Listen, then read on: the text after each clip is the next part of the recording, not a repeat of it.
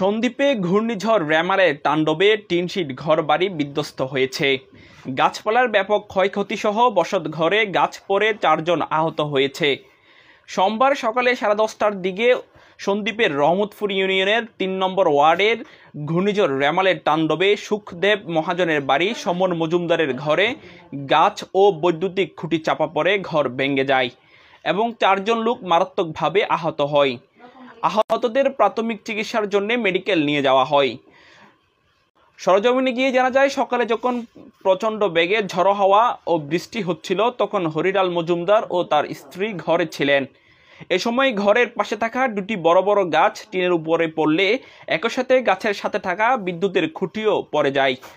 সরাসরি হরিলাল ও তার ছেলে সমরের মাথায় আঘাত করে।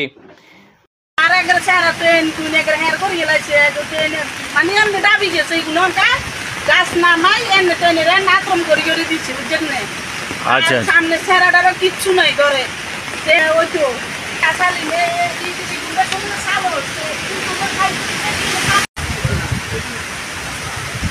আমরা বেলা 10:30 যখন বাজে তখন আমাদের এই গাছ পরি বিদ্যুৎ খুঁটি সহ আমাদের ঘর পরি, আমরা ঘরে ভিতরে ছিলাম। জনগণ আসি আমাদেরকে উদ্ধার করছে।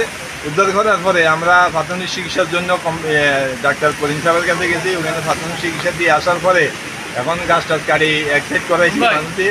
এদিকে গতকাল ঘূর্ণিঝড়ের তাণ্ডবে সন্দ্বীপের মগধরা ইউনিয়নের 4 ও 5 নং ওয়ার্ডের বেড়িবাঁধ এলাকায় কিছু ঘর বাড়ির টিনশিট উড়ে গেছে।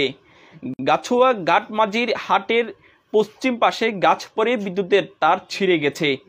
আজিমপুর ও কালাপানি ইউনিয়নের অনেক জায়গায় পানি উন্নয়ন বোর্ডের ওয়াবদা বেড়িবাঁধ ছোটে লোকালয়ে প্লাবিত হয়েছে।